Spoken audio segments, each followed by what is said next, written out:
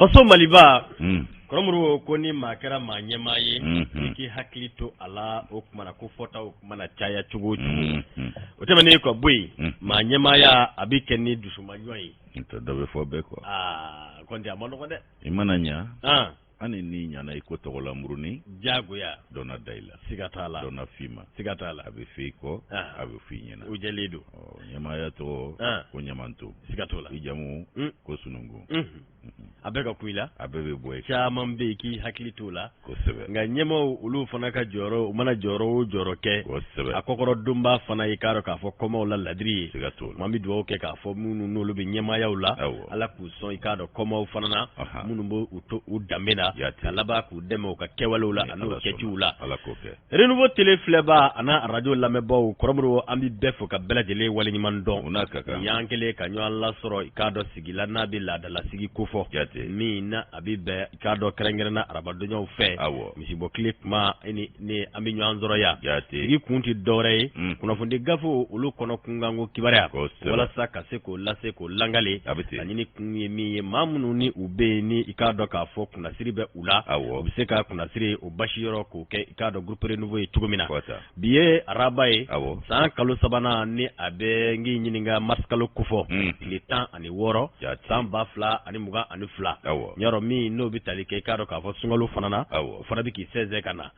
a ka kan an ka hakililajigin kɛ k'a fɔ an bɛ sunkalo makɔnɔ na balo ni fanɛw olu minnu ni k'a dɔn k'a fɔ caman ka alabato fanba o bɛ labɛn ni ka lase ka laban k'o kumana o mɔndɔ k'o bila sunkalo ko la o ka f'u ye ko sunkalo makɔnɔ jɔra maa bɛ maa la jango ganaw olu ɲɛna ko sunkalo dɔrɔn de fɛ ko ala bɛ yen ni sunkalo b'a la ala bɛ wɛrɛ mana o ye ganaw ka an dɔn bɛnkɛw garakɛ b'i fa suguri la so ka basijalan k'a ka bɔrɔ kɔnɔ ka taa goni furatigɛ yɔrɔ ni tile ganna k'a to yen a b'i bɛlɛ tu kɔrɔ k'a ka basi daji a su ma tigɛ fana ka sɔrɔ k'i ɲɛ kumu gana so i b'a fɔ k'a sɛbɛ don a su ma tigɛ gana de bɛ nin kɛ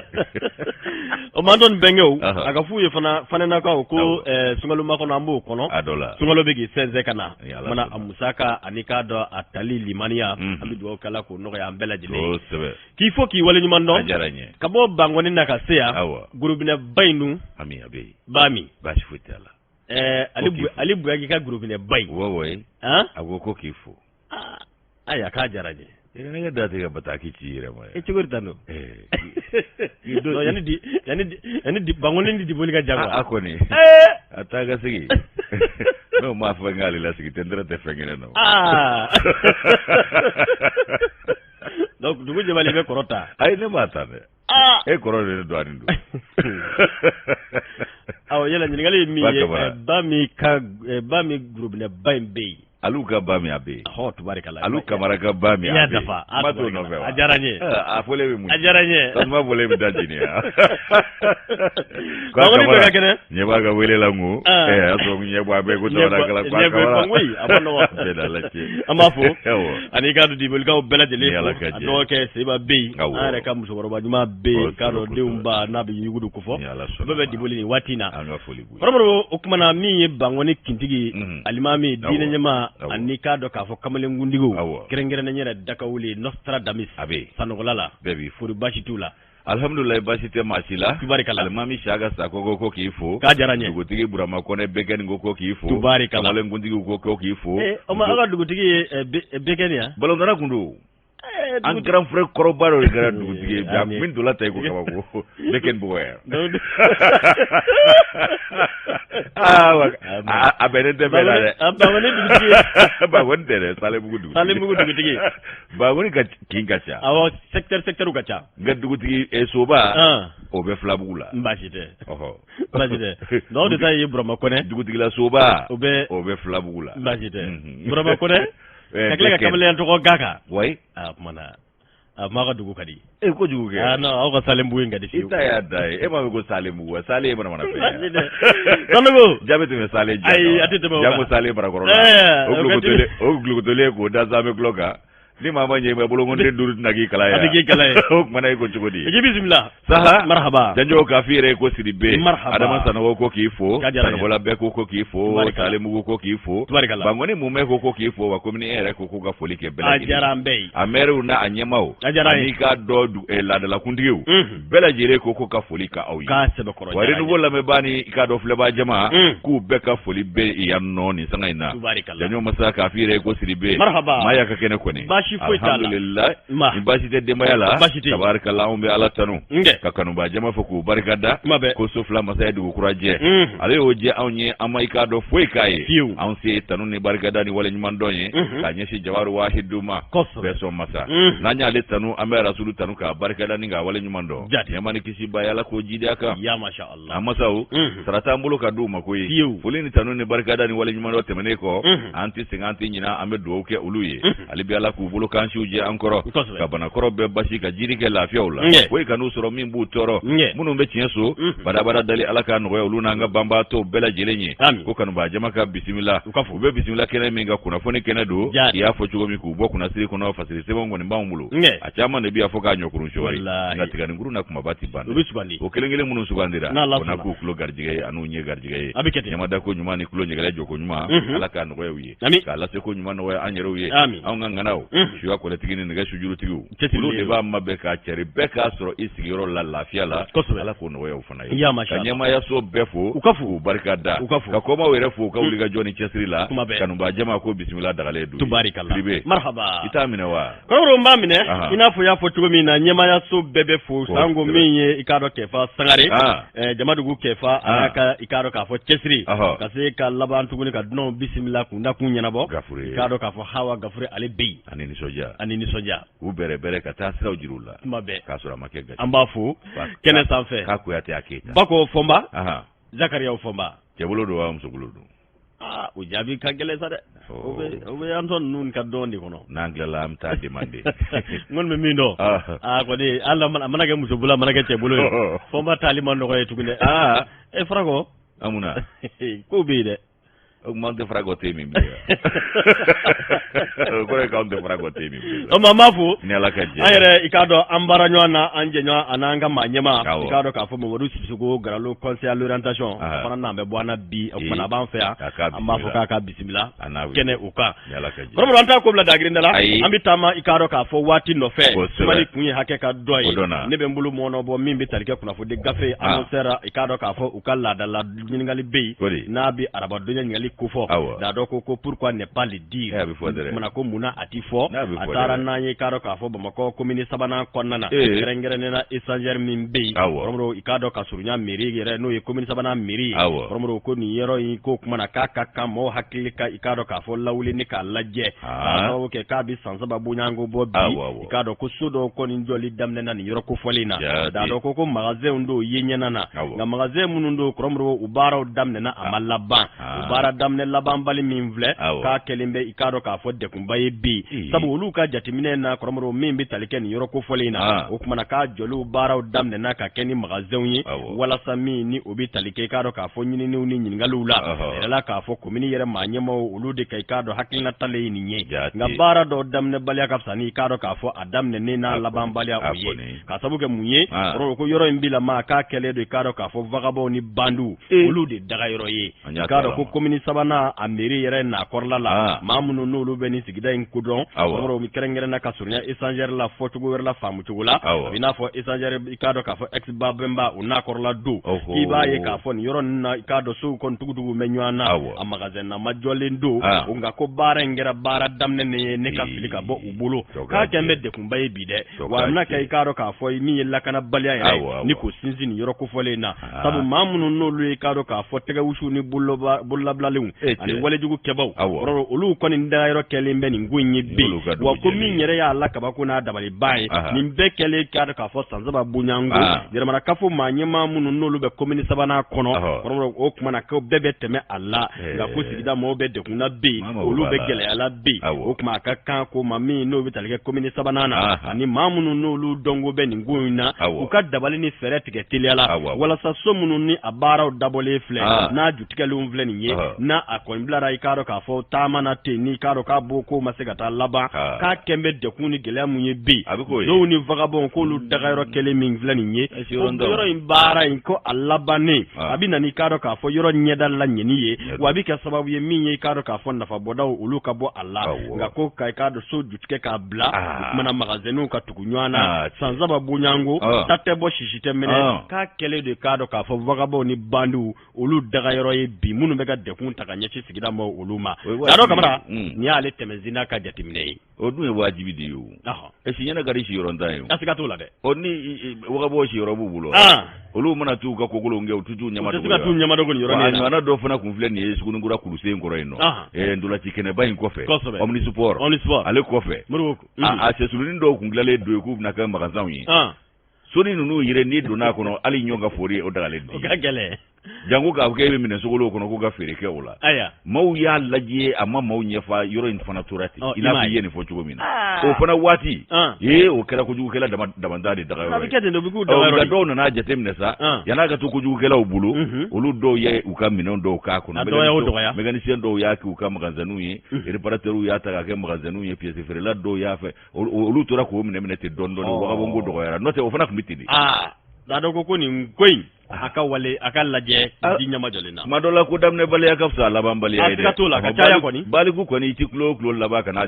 jutige de o de batu ko dobi no lube fe wala ya tala eni ka te de renbo ba damne nale kado janjo masa bismillah min yi kado ka fo kele ko ke gata jatige wale ke ba tigila mo jugu yala min yi kado an ga fama ani kulu mara mafendigu ku yu ufanga ke kele tubarikallah yu fanga ke kele ku kani nyoma okay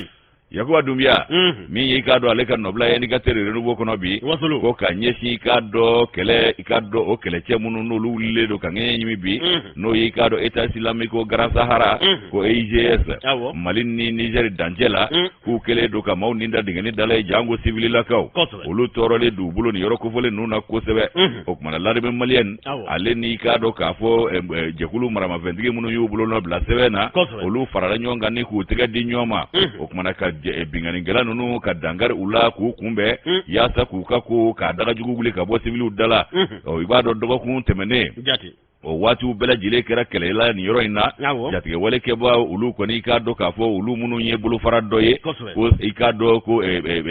sale o grand groupe eta islamico Grand Sahara ulu nu ga kele chew ko sanga ni wati ube wuli dro kana bije kulu do ka abe fo munu mai ka do ko salid mouvement de salid de Lazawad mouvement pour le salid de Lazawad o MSI ani ka do kulu mara mafantigi munu yere kuma bo je kulu ye ikado burdame ni imga tu tola no e gatiae ko o sanga ni wati u wuli kana binu no fana ka ulu dunye kulu ye munu yobulu no bla sebe na no be ani kile ya kofo anga ikado jamana ko kungango kiwara mingera bafla ni tandurusa yanyo masai bae kuna fono ya jira ko terrorism no jatike wale ke bati la mawi ku ka manyema e jonye bi ode ikado Yusuf uldo Begbud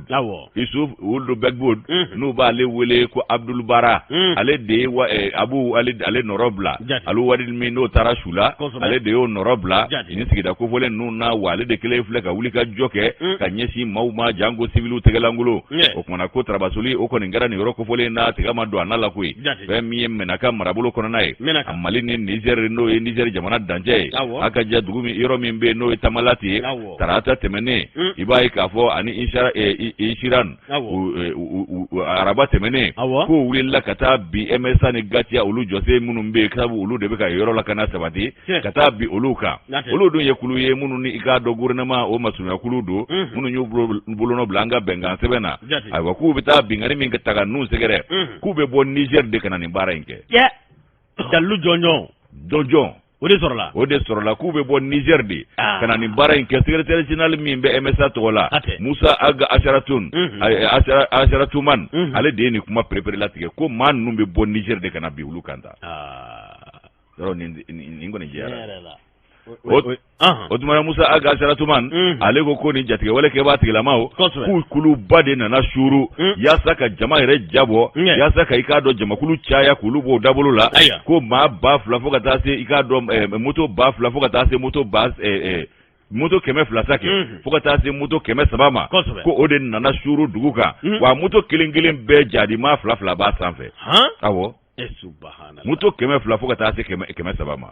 o kumana ko min ye MSA ye ale ni Gatiya u tarabasora ɲɔgɔn na u y'a ye k'a fɔ jama u ɲini k'olu kɛɲɛ olu y'u kɔtɔrɔma bɔ dɔɔni yaasa ka u jɔse kologiriya ka panyɔrɔ sɔrɔ u b'o la waati min Laremo kulo donn'o la Lareme y'a ka pankuru ta dɔrɔn ka yɔrɔ in sɛgɛrɛ ka taa sɔrɔ jatigɛwale kɛbaa tigilama ninnu u ɲagalen don kumana a ye bundeni daw kan dɛ k'u bɔrɔndɔ i ko sankisɛ o kumana min y'i k'a dɔn k'a fɔ Lareme ale faama donnen kulo na fɛn min k'a dɔn EIGS ye o kumana ko min ye sɔgɔmada n'o ye mars kalo tile 13 sɔgɔmada ye 2022 san in na yɔrɔ min fana bɛ yen n'o ye Orodi ye o kumana k'u ye wulikajɔ kɛ yen fana faama i k'a dɔn o ye Mbogo Dugula ye fana u maa caman de tora sula ye wa u ye kɛnɛ minɛ k'u ka furew dalen to yen nɔ ko wa k'a kɛra Mali ni Niger dancɛ la u ma kɛnɛ minɛ ka taa yɔrɔ wɛrɛ Niger tɛ koyi MSA de y'a préparé latigɛ dɛ MSA de y'o fɔ ko kumana min ye i k'a dɔn nin ko ye sa ko Lareme ka wuli ka jɔ ni pankuru ye k'o kɛra i k'a dɔn dɛmɛ belebele ka ɲɛsin kuru maramanfɛntigiw ma ko ye ko i k'a dɔn k'a fɔ ko o fana k'o diyar'u ye fo k'a fɔ a to ten kunnafoni labanw ye mun fɔ olu b'a yira k'a fɔ ko tiɲɛnikɛla ninnu ni binganikɛlaw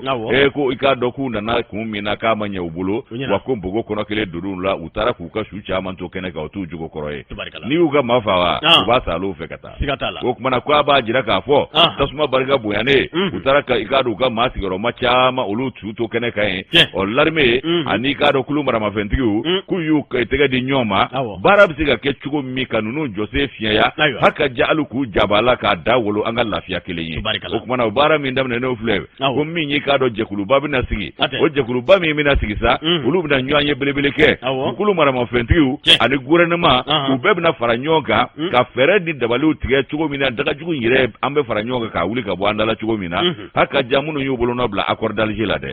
n'olu y'an masurunyamaw fana ye Yakuba Dunbiya ni y'ale ka nɔbila sɛbɛn ye an y'a bɔ indicateur de renouveau kɔnɔ u ka bidon bɔli don Kɔrɔmɔrɔ i k'a dɔn k'a fɔ n'an bɛ taa an bɛ se an bɛ jɛ ka dugawu dun kɛ hali bi min ye wolomasiri tabaw i k'a dɔn u ka cɛsiri ani k'a dɔn ko o kumana u bɛ wulikajɔ min na Ala ka sebaaya ne k'a di u ma tuma ni sanga bɛɛ lajɛlen an b'o dugawu kɛ Kɔrɔmɔrɔ o kumana min bɛ tali kɛ kunnafoni gafe min n'an k'a ma ko le soir de Bamako ne bɛ n bolo mɔɔnɔ bɔ a nɔfɛ i k'a dɔn Alhaji Mamadu Gaba ale ka fasiri don a ko k'an bɛ donni min na ko bi ko kunnafoni di sira minnu n'olu ye k'a dɔn k'a fɔ Faransi kunnafoni di siraw ye a Kɔrɔmɔrɔ k'an k'an kɔlɔsi u la dɛ sabu u ye o ye k'a dɔn k'a fɔ u ka laɲini tɛ dɔwɛrɛ ye o de ye u bɛ se ka mangoya ani k'a dɔn k'a fɔ min n'o bɛ tali kɛ kumana kumakolon ni k'o ta k'o ɲɛsin anw ka wolomasiri tabaw ma k'an bɛ u danga de la bi tentative de dénigrement pour les acharnements d'une presse partisane française contre les femmes.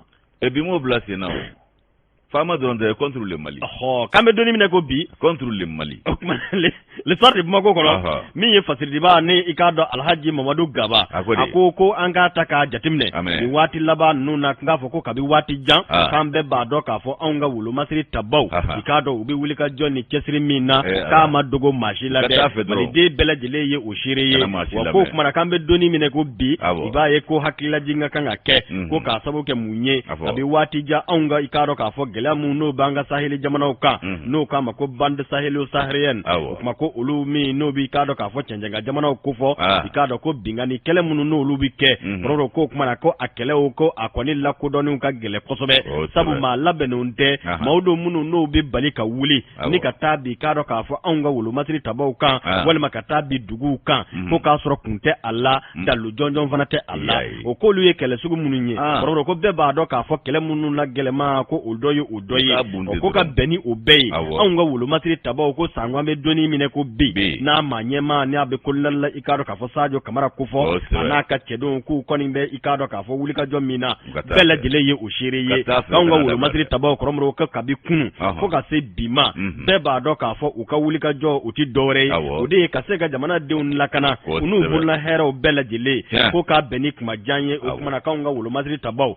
ani ka bɛ deni i k'a dɔn k'a fɔ diɲɛ yɛrɛ ka wulikajɔw ye ko sɔnkɛra fɛn caman ma dɛ Mali armée ni k'a dɔn k'a fɔ kɛlɛkɛ kulu caman jɛra ka baara kɛ a fɔ force Barkhane a fɔ force conjointe G5 Sahel fo ka se k'a dɔn k'a fɔ a n'a ɲɔgɔnna caman ninnu bɛɛ lajɛlen farala ɲɔgɔn kan ko laɲini kun tɛ dɔwɛrɛ minnu ye walejugu kɛbaw ye farinya wale kɛbaw bingani wale kɛbaw olu bɛɛ bɛ se ka i k'a dɔn la kɛlɛ cogo min na o ko baara in kun bɛ bɛn i k'a dɔn o minɛ de kɔnɔ parce que b'a ye kan ko n'i y'a ta k'a jateminɛ o kumana ko ka bɛn n'o bɛɛ lajɛlen o kumana k'anw ka wolomasiri tabaw olu jɔyɔrɔ bonyana nin ko la kosɛbɛ n'o b'anw ka jamana lakanani kofɔ k'a sababu kɛ mun ye kɔrɔ ko minnu ye walejugu kɛbaw ye bingani wale kɛbaw k'u bɛ wuli ka i k'a dɔn k'a fɔ sigidaw sɛgɛrɛ ka taa binganiw kɛ tuma dɔw la duguw la u bɛ taa dugu hɛrɛ n'a bolola nafolo bɛɛ cɛ a bagan a n'a misiriw ani k'a dɔn a sagaw bɛɛ k'u bɛ nin bɛɛ lajɛlen cɛ ko nin bɛɛ kɛra diɲɛ ɲɛna wa ko i k'a dɔn k'a fɔ jateminɛ labanw ye mun ye kɔrɔ k'i b'a ye k'a fɔ an bɛ donni minɛ ko bi ko kunnafoni di fɛɛrɛ cogo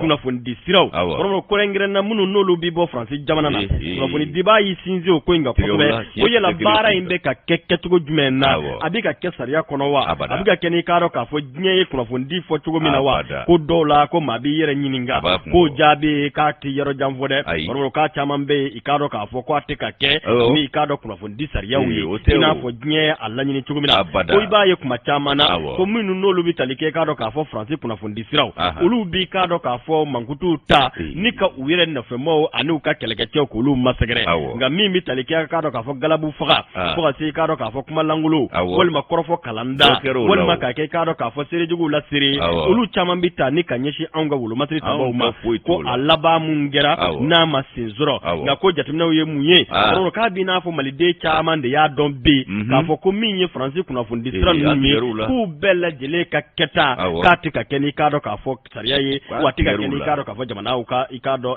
bɛnkanw ye wa ko min filɛ nin ye danaya bɛ ɲini ka bɔ u kan tigɛnɛw kɛra ka ban i n'a fɔ i y'a fɔ cogo min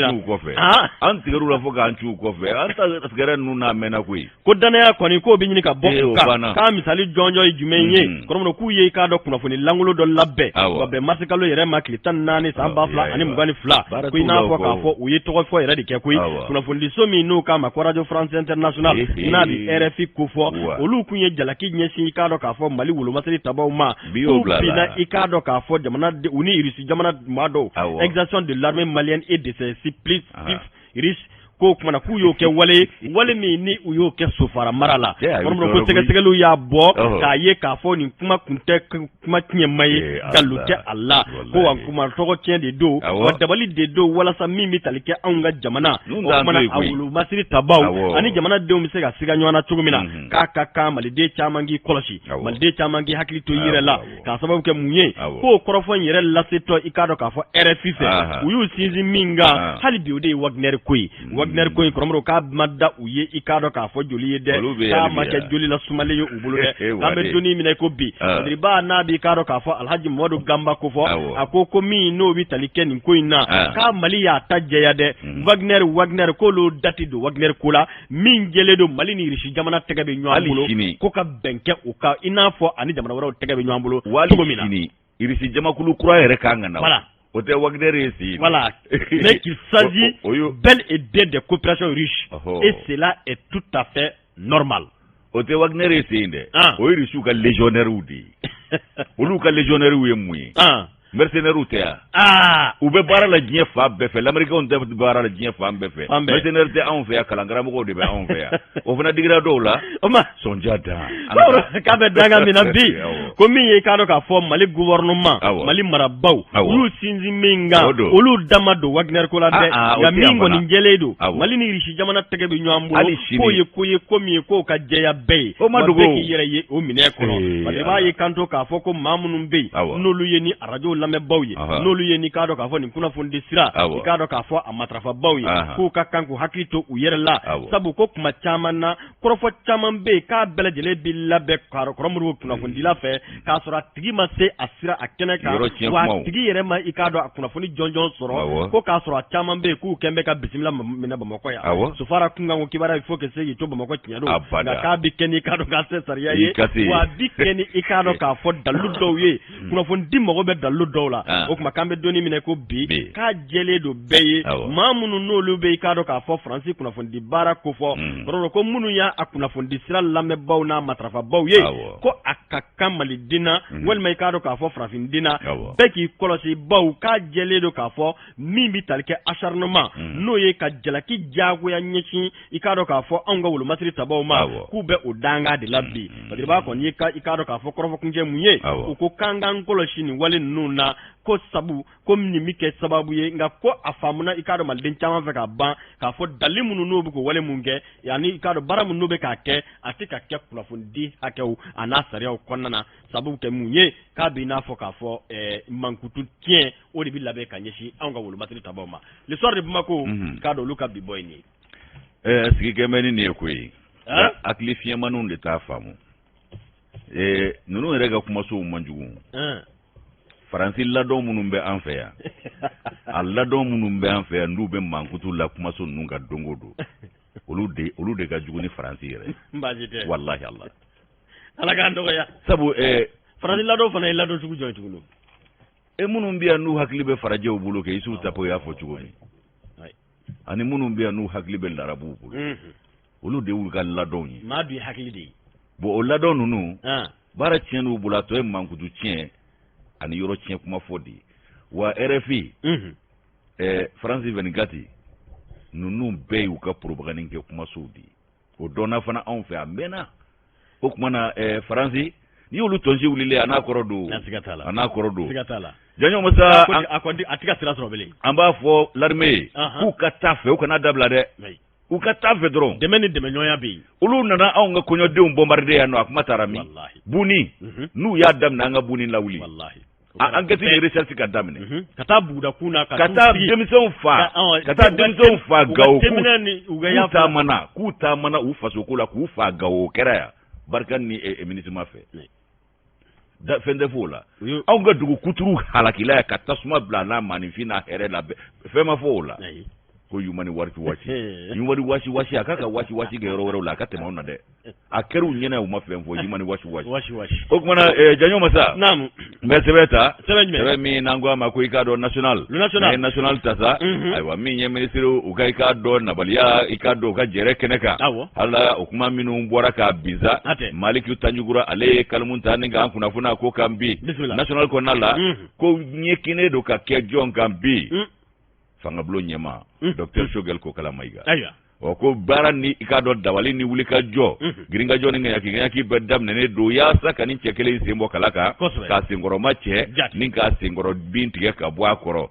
ko mangutu chie kuma ani kado giringa jo ni ngaki ute wolo foi la transition ikado ka fo a tieni ko maliki tanjukura koti bismillah ko mangancha yara ka ngunungunu barka bunya ko miye gorema ma nyema ye ikaro ka foko kado ko aleka ikaro tabulu ka wele la kile gandre ndre ko nyuma ndeble ka ni kado ma nyema bani nyonje ko kasaga gobi ko tere ko wele la kile gandre ndre ma chama forani ko bi ko ayera ka foko ministru tekana jere kenaka o kuma na kwa ka sabu ke ikado ma nyema ka ko tabulu ye ni mangutu nu ye jella mini president la transition no colonel Asimu Goitaye ko dusu chiena ko ye wele blaika do ko bela jilema ka be fega fanga bulu nyema kura nyini ko kake bengan kono mi no tinagele warese malima no bato malika tanye no bato ikado nye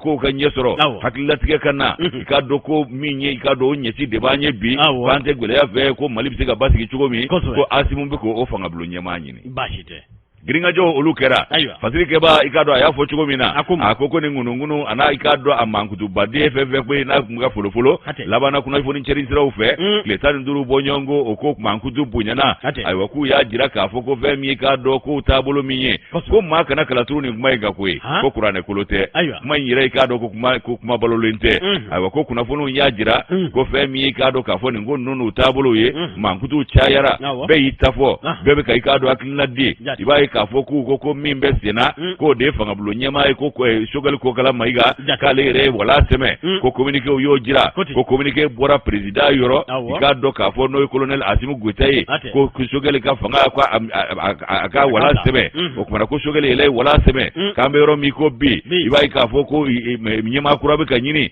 ko kuma nunu yo fo ka me o yayi ka fo yele matna ke Allah aywa ko mankutu ayela manatuguni mi bayle ma o do na kuma ula aywa ko min yei ko ko muna ika do Choguel ko kala maiga nyekine do kaka ninga wulika joke o ku klala ka munfo aywa ko Choguel reka tabulo ka bisi basale do bi ku klala ka munda oka ko regela mayoro kera munye ku ye ko da mamina ndo e kawral renouveau ko o ye ka do M5 re kulu ma do ku ye ka do fasirike ulu tola ka jira ka fo kulu re ko ma fo ifamu ko Choguel ka tabulo ko ka do ka kera jamvai ko Choguel bi feka jamana che ko be feka ka do president ko landoko ko be feka ka do transition ko ba ko be ka grande mingi ko grande de here malima ko geleya de do ko balaw de do ka se malima aywa ko mi Choguel ko aga kuma ko tieto lula ko ni ko tabulo laje ko conseil national de transition ko mimbe ka do ka fo wasablo ulu ko nya ko fo ko M5 ma de taraka chaira ola ko M5 mawbo ko no ina fo shara kise bulu fara mimbe article 37 ko ya jira ka sharti mimbe mi ka do sharti de transition ko la sigi minkera oka ko ye fenja ma bayelema munu nunu de barka boina fo ka do bo dabulo bela ka maw jatige kamo kumulo wuli iko da wulili ko réseaux sociaux ya fo chugo mi ika faranzika kuma mina ga so réseaux sociaux kuma mafi nya fi réseaux sociaux nya fi réseaux sociaux numu koloshi o kuma ko mi ay nana ni fe ba talo de kanye be mi na bi ko wuli kele do Choguel de nove o kuma ko ka ngenye mi o nove Choguel ko kala maiga ko ka fanga ko ni bane ni ayo ko mi ga do ka fo fanga da friba wi ko ni Choguel te nyon kan fo ko ni yayi ka fo ni ko kelata ko ma chama mbe ka ika do ngunu ke ko chama dusu chene do utara fo ka ta to mada ko dusu chene ko be ministre juma ngambi no lu yere de ko fo ka Choguel fale ko Choguel no lu chegele ale do bi ko colonel Sadio Kamara ko defense ministre wala masiri tabo tato ewa ko Abdoulaye Maiga administration territoriale ko Ould Ali Daoud Ali Mohamedine ko sécurité ko min ye ka do Abdoulaye Diop affaire étranger ko obana nga jamana wara ko yanya bo mi mbanganti ani dugu jogoro na fulo ko la ikado la ministre du Traoré ko ka tasa Alfousseni Sanouma économie ko nunu ko nunu bede kelelo ka ngi mi Choguel nove ko nunu ko de ato ubanendo katanywa na jerela ko ministre jere ko kuluba ibaye ka vo ko min ye ka do Choguel ye ko fo akabwe ko do sekulu titabi la hawla wala quwwata illa billah la hawla wala quwwata illa o ko ko silo ani fe sekelu ko e jatemineke ko president Assimi Goïta ko kuma ko barati ci alebolo ko ka sabo ko Choguel kelembe ka tabolo yi o ko kuma ko imero mi ko abe abolo bo Choguel la o kuma ko be ka mawnyini abika be wele ko lu jininga ko akilina ere sera John Joma ko Michel Siribe ka hakila siroma ko kera ibe ka manyema ministry doye aywa ko ikado ko nation oni ko ovra manyema badodo ko hakili sera John vraiment no e oni manyema koroye ko ikado Cheikh Sidi Jara ko ikado ko Assimi numbe be ka nyu famu ko minye Choguel ko ni haka ko ni bani o kuma o chaira aywa minye president Assimi Goïta ko inkunti dorede ka Choguel ni Assimi ko do nyoma fasiri keba le national akoko ni bete maneko olu yu kasika sekele jekulu wuli ka doni ko dogoro nyela ka nyenyini ka be ka jibina ka be kalu ko mankutu tie kuma ni yoro tie kuma ni akli tie kuma o demandade do ko president de la transition Choguel ka ya akadana ya daka chugomi ka ya ayira ka fo ko uwire ko ministre munu ntita ko kuma yire ko sigabula ko kasoro ko ministre bebeta nywana jerela ko kalo de kuma nyi ko ka fo ko ni makovole nunu ko lu de ko kuma ko ni Choguel mataku sente bla jere kerola ko ni bebeta jerela ko ni jekulu yere sudele do kase hage mima ko do nyet ne de jekulu sudele ku be feka feren de bali betige u ka keleke cartouche yere be bana atokere yoro tiene hakli tien mankutu ye o kuma ku bo baraw de labbi o kambe yoro mi kulu ka sikele jekulu ya jira ka fo ko gele yakise kelete Choguel ne Assimi ni nyonche wa ko mi e fanga blo nyema ko ko yɛlɛma ko kuma tɛ yen o kuma ma fɔ ko tasuma si tɛ mɛnɛ ni sisi ma bɔ wa ko nin ko min filɛ nin ye kunnafoni cɛri siraw kan ko dɔw de bɛ nin ko kɔkɔrɔ i k'a dɔn ka fɛɛrɛ ni dabali bɛɛ tigɛ cogo min na Afrique bɛ se ka don transition ka gese la n'u ye Sogɛli bɔ yen bi k'u tɛna fɛɛrɛ Asimi ma wa ko Sogɛli cɛ min ye ko cɛkolo gɛlɛn don a b'u dɔn na kari wa ko laɲini kun ye jumɛn ye ko min ye k'a dɔn minisiriw ka bɔli ye ka taa munumunu salow la ten gansan ko kɔni ko dɔ bɔra o la ko nka fɔ ko minisiriw tɛ taa k'a dɔn u ka jɛrɛ kɛnɛ kan ko kalo don ko bolonabilalen don o diyalen don ko sabu minisiri jɛrɛ kɛ o kɛ min ye k'a dɔn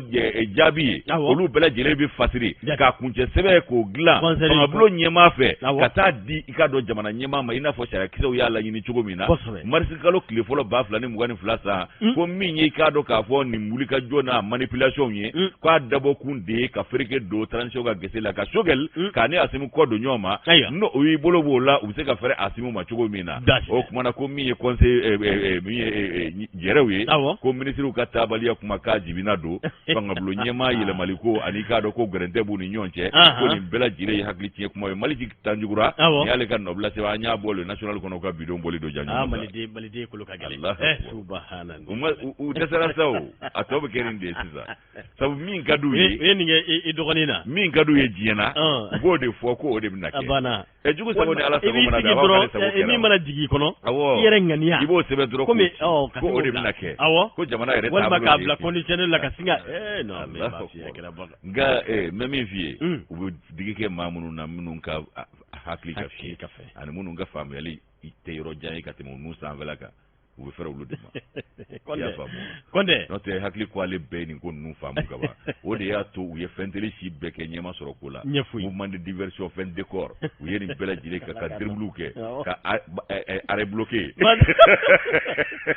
sulu kɛ parce que rétropage ɲɛma se ka sɔrɔ bɛɛ kɛra ɲɛma sɔrɔ ko la a gɛlɛyara fo n'u y'a chuté ka taa sanfɛ kuma gɛlɛyara janɲɔ an ka taa sugu la an ka taa sugu la an bɛ sɔrɔ ka segin ka na inchallah Kɔrɔmuru an dara an nana dantigɛli caman t'o la dantigɛli jan t'o la ni Ala ka jɛ o kumana n b'a dɔn k'a fɔ min ye fanga ko in kɔni ye a kuma nɔgɔn dɛ a ma nɔgɔn koyi an bɛɛ y'a fanbala Sogɛli de chauffer k'a chauffer ka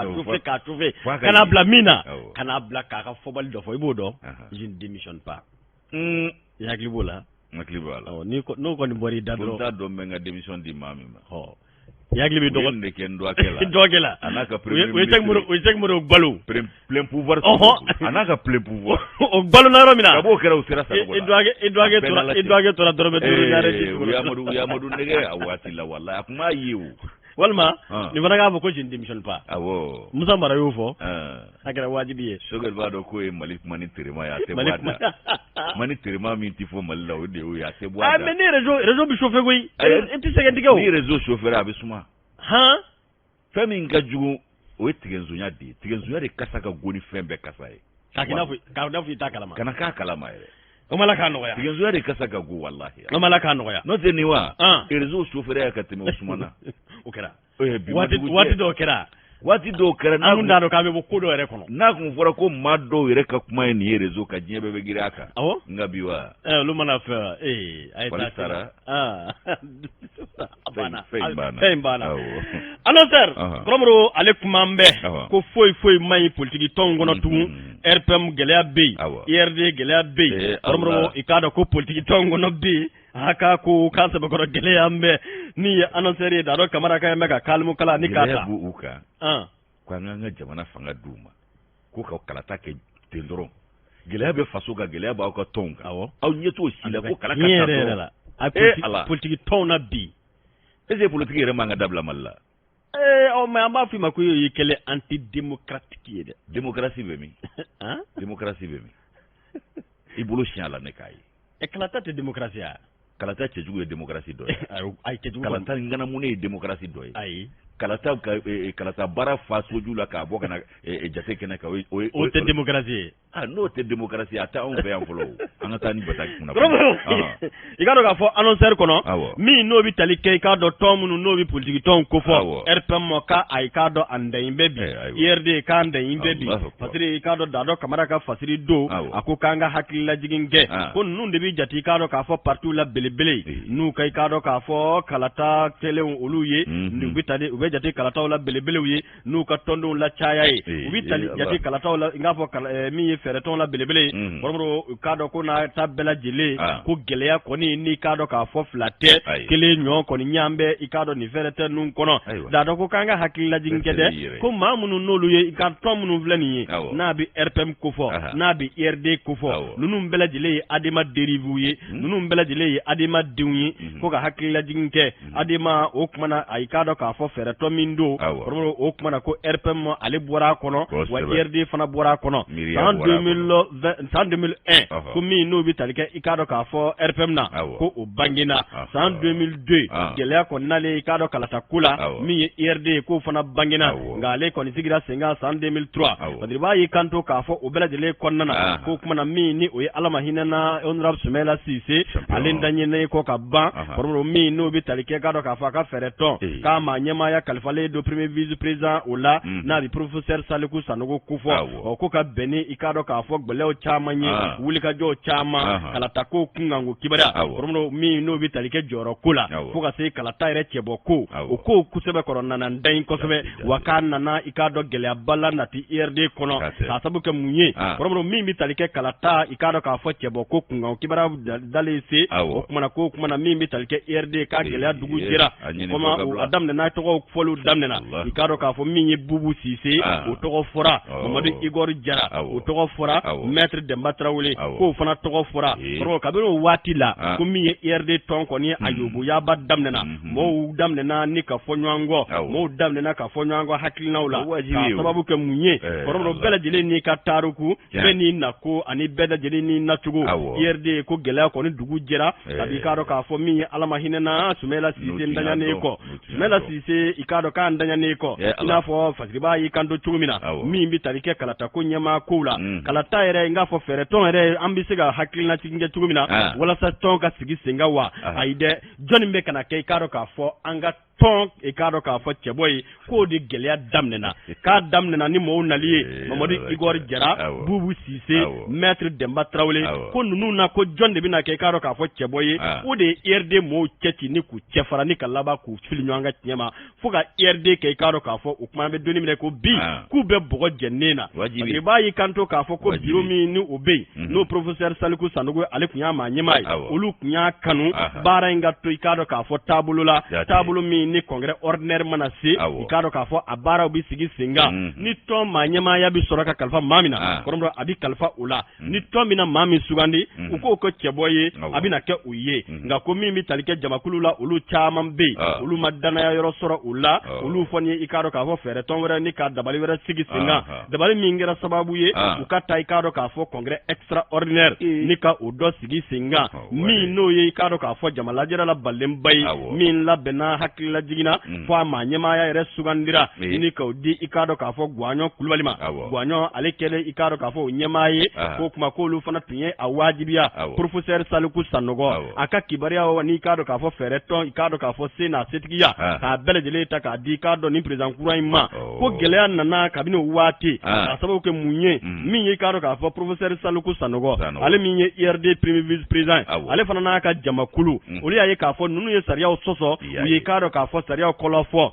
o ko sariya sɔsɔ kɛra sababu ye u ka ɲɔgɔn sɔrɔ i k'a dɔn k'a fɔ min n'o bɛ tali kɛ an bɛ donnin minɛ ko bi kiri binna kun kan IRD bɛ kiri la o kumana dɔw wajibiyara i k'a dɔn k'a fɔ kiri ka kɔlɔsi bɛ boli u kan o kuma k'an bɛ donnin minɛ ko bi IRD kolo fɛgɛyara IRD kɔrɔmɔrɔw k'a sɛgɛn dɔ filɛ dɛ k'a sababu kɛ mun ye hakilina kɛlɛ ani jɔyɔrɔla kɛlɛ ko IRD ka i k'a dɔn k'a fɔ ni kiri ko kɛlɛ yala a bɛ taa fɔ kundala jumɛn na parce que i b'a ko k'a kundala bɛ sɔn ka janya dɛ k'a sababu kɛ mun ye kɔrɔmɔrɔw ko kiri ko daminɛ bali ka fisa n'a daminɛnen n'a daminɛna kɔrɔmɔrɔw k'a tigi tɔrɔ barika ka bon a b'a daminɛ hakili min a bɛ taa k'aw bɛɛ bolo a bɛ taa k'aw bɛɛ bolo wa kabi Ala ka hinɛ Sumi champion na an b'a kɔrɔ ta ni juguman ye wallahi an ɲɛ bolomani sini yɔrɔ in na dɛ a kɛra ten wa n y'a fɔ ko fɛɛrɛ tɔnba fɛn fɛn fɛ yen bi ni maa ɲɛmaa yɛrɛ tɛ yen kaba dɔrɔn a ko bɛ da wolo na e be ka RPM yere min fo kunteyu amina ndadula RPM kunteyu ko de l'autre côté ko de l'autre côté RPM ko ko mi RPM ma nyamo yi problème ko lu fana ye nyuan furu fara damne de ka sabab ku munye légalité ikado joroko ikado ka fo jondi naka kan ko lu fana tabla la munna ko dore tede mi bi talike gisidala ko tona o kuma na ko mi ye kalata yere no ye jamana jama kalata mi yere maside ma te mi yere kuma jonjon do ikado ko anta kesi ça pour 2025 mais ma fille fana awo nyama soro folo fo nyega soro kula o bana folo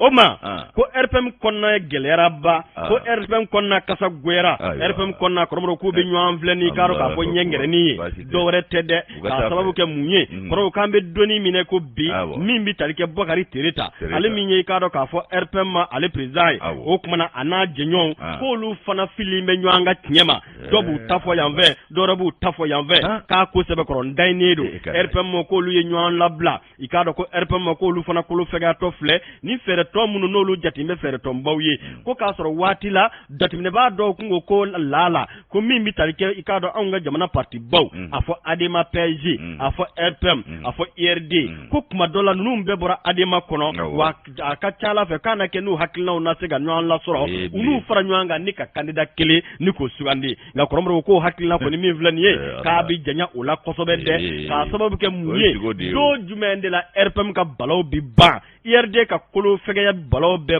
ba kambe doni mine ko bi ko ton yere ton kungango kibara foli kembe ka do molola koye sabu chaman be koromro ka kele o ketugo kega jugu akele u bila ma ku kuma na ku bi nywando damsani munu ve ko dawla nyumande ka sababu ke munye ka do ka fo joro nyini ani ka do ka fo makama nyini ni nyere ka do ka fo here ani ndonyo nga here ani nga soro koromro ko bedde be o kuma na onuguba ko kelela ko konde ko chaman be hakilla jonyonte ula josente ula nganiyate ula ka do ko nuye jamana ko bo udaro mina ka dayi sonde ko mimbi ke anu kala nyini munye olu yere bi dosoro chogo mina ka bibda udima padiri ba ko ni kando ka fo kambe doni mina ko bi ko kuma na ko scars il sera impossible de trouver un accord entre des parties en proie à des querelles intestines. Mimi finyana ni ni otagele nduguba kekele ni bani di ni bani di ni ku tega gele bi ne o kumseka beka candidat kelembo munyu fara atierra femi u fara o fengele ne bu balika beun sikatola goko imbedi no te munyu fara foka beka tika tonsi awo wana ya sura ton nu sigi kunye ko ninye faso soro mbolo lamba barake adira chama made atekele kumbo ni uye nyanturu farala ani nywa mangutu tieni lebu farala ka nywa sigi menemena ni uloka ka do lebu kurugo ka tu blada mayira dangana akna koro dedu wa chama mba to de bulule faso kote a chama mba to de bulule wa memi vie disi goshi bi keya fumala marake bawo de nyekoro ka fo ni mbembulo a chama mbe anyo fo ala fere do se ku yere musaka fo faso mana deme min dula et profession politicien wallahi ibo ye malela yo ti jien fo ye politique ko e balo de bola e ko ke bina jamana balo bola e reki tabola to na to politique yere ka dabla anga fente mana aka dabla anga ko ke consensus yeti daga be aka anga wulida o horonya ka boni politique horonya wallahi tiela akon dai nabi ni bengara minga horon fulani nyonche horo kuma gate kalaje wa jomi so aka karika fambe politique la kalaje ko kuma bi ai nyon ale de ba fo bi chuka ai mime fo salere na ba fo bingo wa janjo sini ka fo ngo tumor merci ndigarila ni ko ya wallahi kote dame be mi horonya be agelera janjo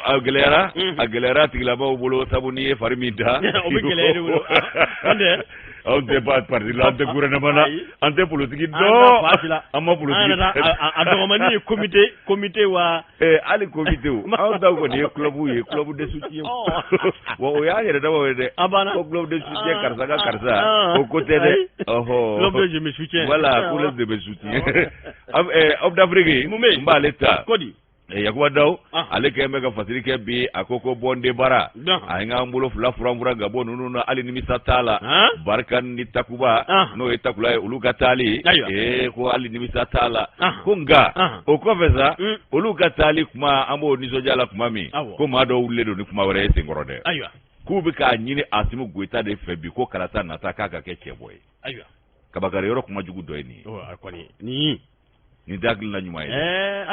wami ye Yakuba Daw ye politiquement ni dese fana kera ou boda yo voilà ko ke paraba quoi qu'il en soit ka soral no kera bela ulu kon na to sirki kon ko gla ka wuli ko to awo to bela ulu de bi shuga gla ka wuli ko en tout cas sariya tabalia ka sana tale ka kla ka kola fo adola de ikana sariyata o ka sa ikata ka kla soso akana sigira mato kama sigi babala okumana ko mi ye ka do ko Asimu Goita ko ma do ka susu ka klogoro kuma fo ka foranje fanga ko ma nyema ya nyini ka farati na masafarala ne yele noka o be minge mala o dugulente Asimula okumana ka farati na masafara be ka flasi ngoro ko ma munu mbe kan kuma info kerefe munu mbe kan kuma nunu fota ko nunu mbe fega ka do yoro chien ko ka do kisede da o ka fale anfe ya no o tayro tubulo ko yoro chien kisede da ndo do fe wa ku be fe Asimu yere kala goshi de soro dona nata ula ko fere de tiketo flufe ko mabe ikado Asimu to ni wati na ka foka ka chebo ya nyini wa kala ta ko kuma fora fola wa kala ta bulu dara wa o kuma na ko minye ni nguma nunu nye ko kabakare yero kuma jugu do ye ni ye kanga haklu lakunu ko minye kado ma do ye ulu de bi shuka ken ngo nununga kakla ki dili tige kakla ka wuli ko ki ke fade njugu ye fe minye transition no franje fangai ko bebe ka kokoro ma do bi ka sabuke ukalla adriani kline ya wale mimbe ka ye ko de ya to bebe ku kokoro madu o ko Asimu Goita o ladiriya kono ma u gadana ya kono ko abina chebo ya farida ko dabora mungama tigena kana ke ko lagana baliya ko tenye shimbe o de keleli mabbi jamana sirige nani beka do jamana ka mara kono ko ya ka keta ibi nyama soro o la folo abo wuli ka jono o gele ya mina anu ko nyenyi ni fereni de balitike mina ko mabina hakilina jume wore do o sengoro ani ko do hakilina la ni wati na de ko malde mai de ko Asimu ka hakilito malidena me Yakuba Daw ye aka fola akoko amana bo Daw dafe ko nin ko te dore no fede Asimu kan tika da na ka lagushi ni to ya masoro ka shi di koro ya shi o kuma ka nin ko imbo hakilla ni fo ba nunu aku yoro jenyala politiki vleni ki ka do ka fuko na garaba dodu ni ba do nyina ni ma sa do go referenda kuma wanu ya akleire le utashuire la ni shuire le utewula na ire abada o kuma na ko ube jose nyini de la ube ika do yere mashu ani ika do gereyoro nyini de la ka kanan lamelike ka nyeshin numa de ko malideun dale do ala malideun yuka dana ya min daka ka kana bo oji koro anaka gouvernement ko dana ya min daruka o dana ya te dore nove sabu uye kuma ka min fo jamana de unye ku be jamana lakana de nofe ko sabati o ka feren de bali be ga tiga kata hukumu de konna la ani jamana sigisi nkura anga bo dabulu koro nunu na ka sira kurata ko o min bi sena ko fundeni barka boyene do ado de dalasa ube ka feren de balu de tiga sisa no bi ka fe min ke ka Asimu akli tie ko bla Kenya ko la aka fo masama kana fo madondo ko sunza o kuma na ko mi dana yai ko tiga nsonya ko dana ya soro mani de ko Asimu kana so jamana de unga dana ya baka bi o kuma na min ye fanga ko kuma ya ka hakli bo ola ke bo ko kuma o te bi kuma ye ama so o ma folo o kuma ere madam ne folo o kuma na ko min ye ni ngodo no ye ka laje ko Asimu ko malde do na foto aka nga ke jamana nyema ide wanga sabulu do ni sharia ulubo okumaka airebo kalama ana airebe bara min nabi ota yamariya ka to o bara ko nyenyin na ka be chebo ya haglina ta ko farida ka pro nyema soro okola okumana ka hakli to airela malide de bita obi shuga ke ba faleka itoto usoro ka tegere mine ibolo iku wala mavu ko do leina fu nyeti la okumana ko ambe romi ko bi ka ambe dabulo mina o de dana ya be Asimu na ka gouvernement ka dana daru ka kumina ubuko bara fana ke ko malide umbu ko kadda odeka nu yesira wara mine salam fatia o kuma ko la nyini mimi kafe aka hakli to ayrela aka kiguya aka koloshilike jatemina ukaka ka tabulo isanga ni wati ko mamunu mba fo ku ba deme ka kokoro madu aka chebo ya nyini ko madu wara do ku be jamala ko madu wara be jamala de o madu wara nunu ya nige ka bla malokene ka ko makele unde ba du Yakuba Daw ni ale kan no bla sebe anya bo of d'Afrique ko no ka bidon bolido aya basi tete meninga n'a y'i tugu k'a kɛ salam fatiha en tout cas tete meninga nga n'o tɛ ko y'a bɛɛ fɔ konde an y'a fɔ de a ko maa dun waraw don an ko kanga aka kɔlɔsi u b'i su i girinnen kɔ ka taa u sɔrɔ k'i pasa tigɛ n'olu ma tafantew olu bɔ ka gɛlɛ de ka y'a fumala na ni kunnafoniya ka na ni kibaruya ye ka tila ka maa ka danaya sɔrɔ y'a ye maa bɛ u tugu u kɔ cogo min na ɔ mana n'i ma y'a fumala min ma ka di m'o danbɛ min na n'i m'i bila o kɔ o da ye jumɛn ye kumadonsow ka kuma don ko yan'i ka giri totobila kɔ to ti dun ka maa min to t'i sigi o kɔrɔ dɛ ala ka nɔgɔya karamɔgɔ i k'a dɔn k'a fɔ min ye indépendant ye an bɛ taama a nɔfɛ min n'o bɛ tali kɛ an bɛ taa Kati o kumana ko 8 mars k'a la ɲɛnamayara Kati gorobinaw olu farala ɲɔgɔn kan musotɔn maa ɲɛmaw u ka fara ɲɔgɔn kan karamɔgɔ k'a ma kɛ fara ɲɔgɔn kan gansan ye ka bɛn ni mars kalo tile 8 ye san 2022 karamɔgɔ ko min ye ɲinan ta ye olu ye a la ɲɛnamaya ka bɛn kalo tile 10 ani k'a dɔn k'a fɔ 2 ma o la ɲɛnamaya nin kɔnɔna na u ye baroda kun de sigi ko baroda kun bi sigira min kan o de ye k'a dɔn k'a fɔ kibaruya ni kunnafoniya o bɛ se ka di ka bɛn cancer de l'école de sein ani école de littératie ma bon mun n'o b'i k'a dɔn musolakaw lasɔrɔ karamɔgɔ i k'a dɔn k'a fɔ musow yɛrɛ o kumana siyan fana o fo ka se k'a dɔn k'a fɔ o kumana a n'a ɲɔgɔnnaw olu la k'u ye ɲɛfɔliw caman kɛ parce que i b'a ye kanto k'a fɔ baara in labɛnbaw n'o ye ni musotɔn ye n'o ye musokulun ye o kuma k'u ye ɲɔgɔn lasɔrɔ i k'a dɔn k'a fɔ Katikaw fɛ yen yɔrɔ min ni a b'i k'a dɔn k'a fɔ maison de la commune urbaine kofɔ n'a bɛ Kati mairie ni k'o kofɔ o kumana ko sibiri don kalo tile 12 conférence ba min n'a sigira o kumana maa minnu ye maa hakili feerelenw ye olu ye ɲɛfɔliw caman kɛ ka ɲɛsin bon yɛrɛ ma sango ka se sin bon u ma ani k'a dɔn k'a fɔ min ye wolonugu bon u ye u ka ɲɛfɔliw kɔnɔna na u ye pereperelatigɛw ni k'o caman di ani ka bilasiralikan caman di ka yira k'a fɔ don min n'o kɛrɛnkɛrɛnnen don diɲɛ fɛ ni k'o don ta k'o ɲɛsin i k'a dɔn musolakaw ka hakɛw olu lasɔrɔlen don lakodɔnni ma i k'a dɔn ko olu bɛ nin don in ni k'a ta k'a kɛ baroda kun ye ni ka ɲɛfɔli baw k'o ta k'o ɲɛsin sango i k'a dɔn k'a fɔ min ye ɲɛfɔli in ye du wolonugu bon fo ka se k'a dɔn k'a fɔ sin bon musolakaw kan ka se ka kisi a ma cogo min u kan ka se ka wuli ka se ka taa i k'a dɔn sɛgɛsɛgɛliw kɛ cogo min u ye i k'a dɔn baara in bila o minɛ de kɔnɔna na o kumana ko i k'a dɔn k'a fɔ k'a kɛra kɛnɛ wasalenba ye a kɛra kɛnɛ nafamaba ye o ko kɛnɛ in yɛrɛ denfaya a kun bɛ i k'a dɔn an k'i ɲininka karamɔgɔ Jean Sidibe bolo u k'a ma ko Jean la lumière karamɔgɔ o kumana ko Jean yele k'ale ye i k'a dɔn k'a fɔ maa hakili feerelen ye i k'a dɔn sɔrɔ bosoba dɔ Kati min bi dɛmɛ ni dɛmɛɲɔgɔnya ta ka ɲɛsin Kati ma fɛn caman kan sira caman kan i k'a dɔn kalankow kan kɛnɛya ko olu kan ko Jean la lumière Jean Sidibe k'ale sɛbɛkɔrɔ wasara nin ko in na kosɛbɛ musolakaw ka nin hakilina tali ni ka laban ka baroda kun ta ni ka ɲɛsin i k'a dɔn kɛnɛya ko ma sango den ni denbaya olu bɛ se ka i k'a dɔn k'a faamu lasɔrɔ la cogo min i k'a dɔn Jean Sidibe Jean la lumière n'ale i k'a dɔn k'a fɔ opérateur économique k'ale kɔni y'a ka wasaba yira nin ko in na a y'a yira k'a fɔ ko ale ka sugande ni ka kɛ nin kɛnɛ nafama ye ni nin kɛnɛ barikama ba in i k'a dɔn o denfa ye k'o ye nisɔndiyaba de ye o k'o nisɔndiyaba min filɛ k'ale bɛ i k'a dɔn musolakaw fo musolaka minnu n'olu ye nin wale in da caman bɛ yen olu bɛ ŋaniya caman wɛrɛw ta walima u bɛ balakan ni dununkan caya nka ka taa barodakun sigi ka bana de ɲɛfɔ bana min n'u kan ka se ka kisi u ma Jean la lumière k'a y'a ka wasaba yira nin kɛnɛ in kan kɛnɛ denba n'o bɛ madame Cissé Aïssa Sidibe kofɔ ne yɛrɛ balimamuso kɔrɔmɔrɔ k'ale ye k'a dɔn k'a fɔ kɔrɔfɔ nafama caman di madame Cissé Aïssa Sidibe a yɛrɛ k'a fɔ Kati musolakaw ko nin barodakun min sigilen filɛ nafa min bɛna sɔrɔ a la togodala musow ni k'a dɔn k'a fɔ dugubakɔnɔ musow fɛ ko bɛɛ bi wasaba sɔrɔ sabu min ye k'a dɔn bon ye n'o ye wolonugu bon fo ka se k'a dɔn k'a fɔ min ye i k'a dɔn sin bon ye olu ka se ka kibaruya ni kunnafoniyaw lasɔrɔ ani maa hakili feerelenw k'u wele ka na kɔrɔmɔrɔ k'o bi kɛ sababu ye ni ka bilasiraliw caman kɛ k'u kɛra i k'a dɔn kɛnɛ in na wasaba ye min ye i k'a dɔn k'a fɔ kɛnɛ denfa Jean Sidibe Jean la lumière fo ka se k'a dɔn madame Cissé Aïssa Sidibe ma k'u bɛɛ lajɛlen kɔni nimisi wasara baara in labɛncogo ani k'a dɔn k'a fɔ a lasew kɛcogo olu la n k'a fɔ indépendant olu ka bi bɔ o de ye nin ye wa n'i y'a sɛgɛsɛgɛ a jɛrɛ in ma fɔ Ayise Yatara kɔ siga t'a la Kati wa ale cɛ Nicolas Sidibe ne yɛrɛ fana bɛ se k'a fɔ ma ko Nicolas le Soleil awɔ a y'a tile kɛ Kati dɛ bolo tun tɛ biri a la dɛ mais a ye nin bɛɛ kɛ Ayise ko de kama Ayise sɔrɔlen dɔrɔn a ye retraite ta awɔ kɛ Nicolas nin bɛɛ kɛ Ayise ko de la i n'a fɔ awɔ an bɛɛ ta ye bɛɛ ta ye i n'a fɔ bɛɛ ta ye bɛɛ ye min kɛ bɛɛ kama o de don an bɛɛ ta ye bɛɛ ta Nicolas ka Sidibe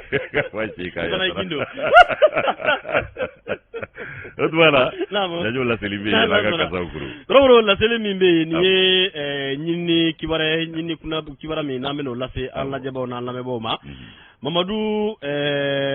Kunanji ko kalan kidendo lycée Michel Aller la Segu o kuma na ka chibita 100 ani wolonvlana o Mamadou Kunanji ikado ko akoni nyama tunna kabi adokun flade ni Segu ko feno abinyini ikado ka fo an laje ba na lameba beladele fe kerengere mamunu nu nyebe tele na watina na nyebe jaina jainyi ikado ka fo Mamadou Kunanji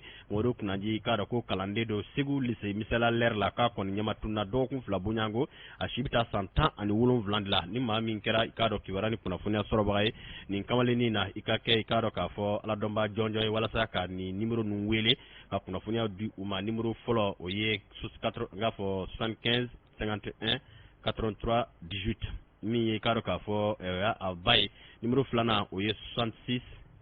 84 05 75 oye amnata kunanji wal mabsega Amadou El Kourari yare wele 76 81 32 34 c'est même facile là bu ko yana fam ci gudma o be dak na funena ka di beladele ma kromru wati jore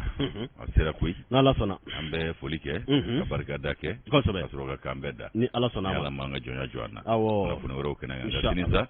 Yusuf Krawati no Yusuf Traoré alene Antoine Solani Dambelo Lukanga nyon soro yan ko sobe ala ka je o mami befu ka be wala nyimando ka do teni muso demsen ni makoro sango kai kaw ni nyurudi sahel kaw ambu fu ko sobe kromru je mu kay alla jembe anka jamana fantan nani bela wati de sebe koro kuruna ali faso koka alla jele do alla mel kan la je kosobe mami do ke ka fala ka basigila na tanka jamana ko ala ka tinirana amin